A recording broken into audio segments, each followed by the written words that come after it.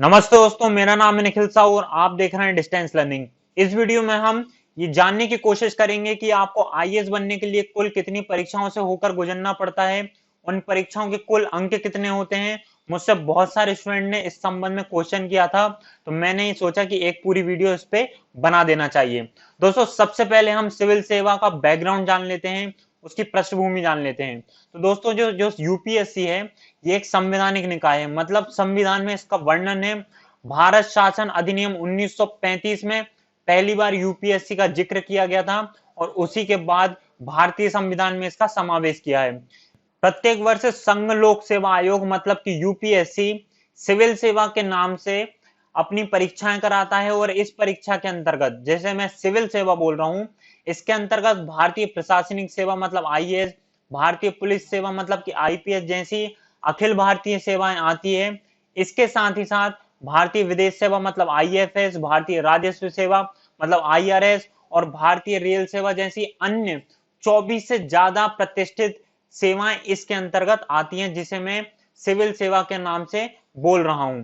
ठीक है दोस्तों, और प्रत्येक वर्ष इस परीक्षा में लाखों विद्यार्थी, मतलब आप मान के चलिए प्रत्येक वर्ष 8 लाख से ज्यादा आवेदन होते हैं और कम से कम 6 लाख लोग प्रीलिम्स देने पहुंचते हैं। मैं आपको स्ट्रक्चर बताऊंगा कि कैसे कैसे परीक्षा होती है, लेकिन आप समझ लीजिए कि 6 लाख लोगों से आपको कंपटीशन करना है और केवल कुछ चंद मतलब कि 1000 के आसपास लोग इसमें पास हो पाते हैं और राष्ट्र निर्माण में राष्ट्र के वास्तुकार बनकर निखरते हैं और उन्हें सीधा लबासना का टिकट मिलता है, जहां पर सभी लोगों का फाउंडेशन कोर्स जो 9 मंथ के आसपास होता है उसे कंडक्ट कराया जाता है। अब हम जान लेते हैं कि जो सिविल सेवा है उसमें कितने चरण होते हैं। तो दोस्तों, कुल मिला के आपको 3 चरण पार करना होगा।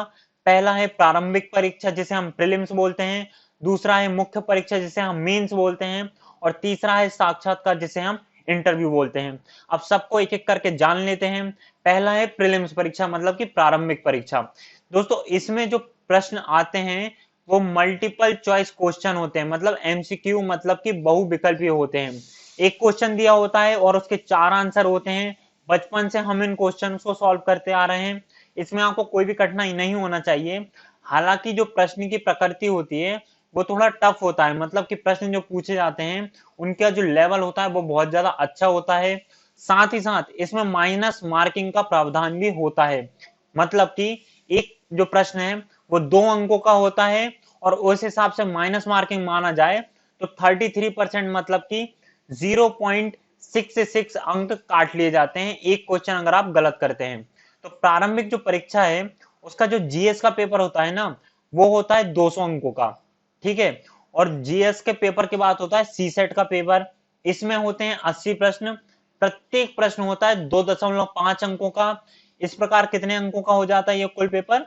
200 अंकों का। तो मैं आशा करता हूं कि आपको ये बात समझ में आ गई है कि क्या प्रारंभिक परीक्षा जो होती है, जो प्रीलिम्स होती है, इसके अंतर्गत 2 पेपर होते हैं। एक पेपर का नाम होता है सामान्य अध्ययन जिसे हम जनरल स्टडी भी बोलते हैं और दूसरा पेपर होता है सी सेट जिसे हम सिविल सर्विसेज एप्टीट्यूड टेस्ट के नाम से जानते हैं।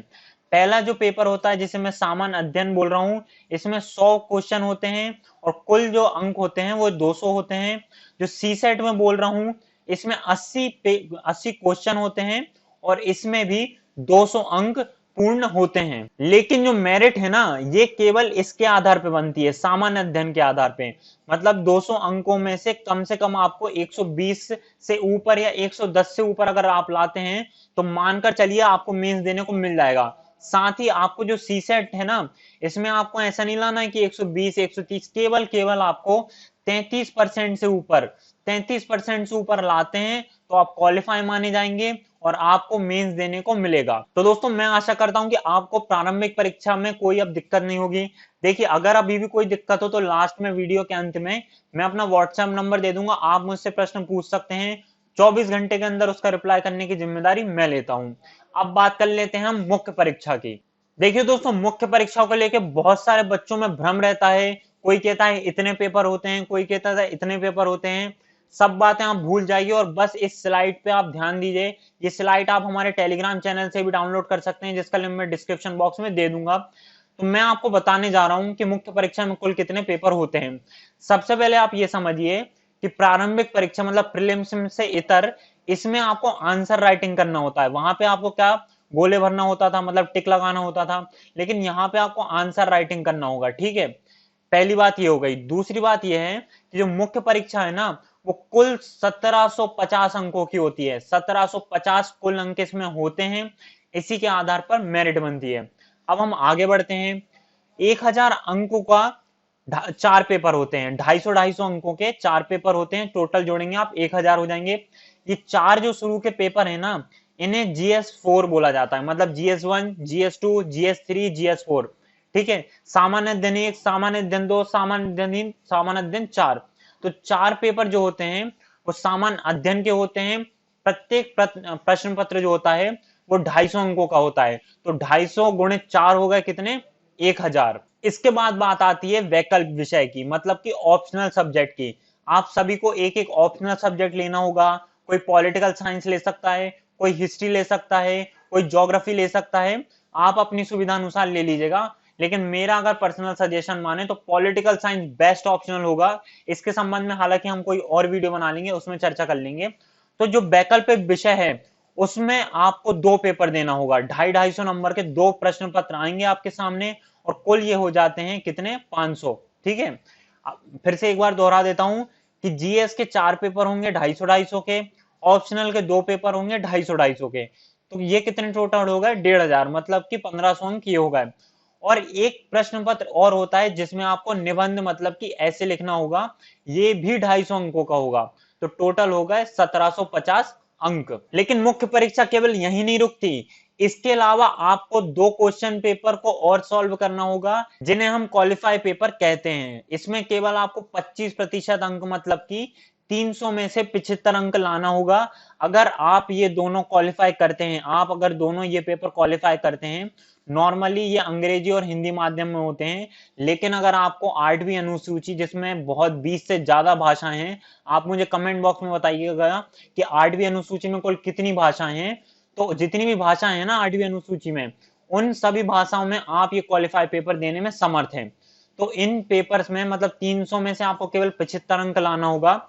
अगर आप ये पेपर में 75 अंक ले आते हैं, उसी के बाद आपकी ये कॉपी चेक होगी।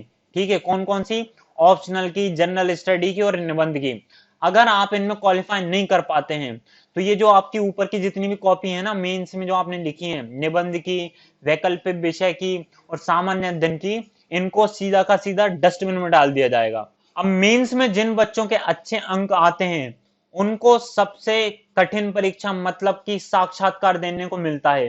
दोस्तों, ये अंतिम चरण होता है सिविल सेवा परीक्षा का, लेकिन ये सबसे महत्वपूर्ण चरण होता है। देखिए, प्रीलिम्स और मेंस में ये आप लोगों का ज्ञान जान लेते हैं कि आपको कितना आता है, कितना नहीं आता है, आपकी लेखन शैली कैसी है, आपको कितना याद होता है। ये सब चीजें ये आपका प्रीलिम्स और मेंस में वो लोग जान लेते हैं। कौन जान लेते हैं, यूपीएससी वाले। लेकिन जो इंटरव्यू है, मतलब कि साक्षात्कार है, इसमें ये लोग आपका ज्ञान जानने नहीं बैठे हैं। ये केवल आपका जानना चाहते हैं वो है व्यक्तित्व, कि आपका व्यक्तित्व कैसा है, आपके बात करने का शैली कैसा है। आपको इसमें प्रत्येक आंसर का उत्तर देना अनिवार्य होता है। मतलब कि दुनिया में अगर किसी व्यक्ति के दिमाग में जो भी प्रश्न आ सकता है, वो इंटरव्यू का पैनल आपसे पूछ सकता है। तो आपको हर प्रकार से हर क्वेश्चन के लिए तैयार रहना चाहिए। और मैं कहूंगा कि प्रत्येक दिन आज से आपको अपनी जीवन शैली में बदलाव लाना चालू कर देना चाहिए। आपके बोलने का तरीका, आपके बैठने का तरीका, आपके सुनने का तरीका, ये सब चीजें ही आपको इंटरव्यू में देखा जाता है। इंटरव्यू का मतलब यही होता है कि इंटर में व्यू, मतलब आपके अंदर झांकना चाहते हैं, जो यूपीएससी का इंटरव्यू पैनल होता है। अब ये जो इंटरव्यू है ये होता है 275 अंकों का। 1750 अंकों का मेंस होता है और 275 अंकों का इंटरव्यू होता है। इन सब अंकों को मिला के जो मेरिट लिस्ट बनती है, उन्हीं लोगों को लबासना भेजा जाता है फाउंडेशन कोर्स के लिए। तो दोस्तों, मैं आशा करता हूं कि आपको ये वीडियो समझ में आ गई होगी। अगर नहीं समझ में आई है तो आप ना इसको डिसलाइक कर सकते हैं, लेकिन समझ में आई है तो आप इसको सब्सक्राइब कर लीजिएगा। और मेरा जो व्हाट्सएप नंबर है वो है 8085594425। इस पे आप व्हाट्सएप कर सकते हैं, मैं 24 घंटे के अंदर उसका उत्तर जरूर दूंगा, ये मेरी पर्सनल गारंटी है। बहुत बहुत धन्यवाद इस वीडियो को देखने के लिए। नेक्स्ट वीडियो में मिलते हैं।